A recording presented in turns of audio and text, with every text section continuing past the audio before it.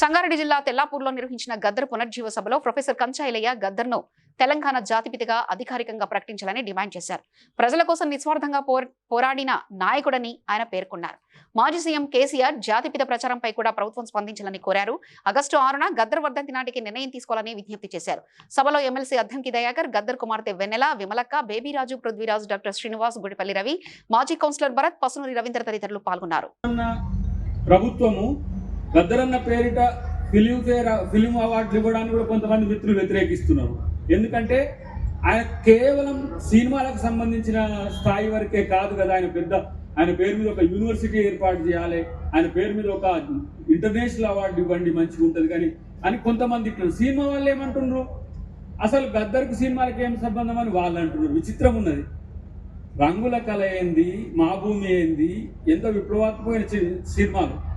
ఇప్పుడు మా సినిమాలో తన రోల్ కనుక అంటే తను ఉన్న కొంచెం సేపు అయినా ఉంటే ఎంత డ్రాస్టిక్ చేంజెస్ ఆయన ఆలోచించి చేసిండో ఆ కళ ద్వారా ఆయన చెప్పగలిగింది. మిత్రులారా, పాట పాడిపించి గద్దరన్న బిడ్డ మన ముందుకు తీసుకొచ్చి నాకు స్టేజ్ ఫియర్ లేకుండా చేసింది మా గురువు ఇక్కడ జేబీ రాజు గారు.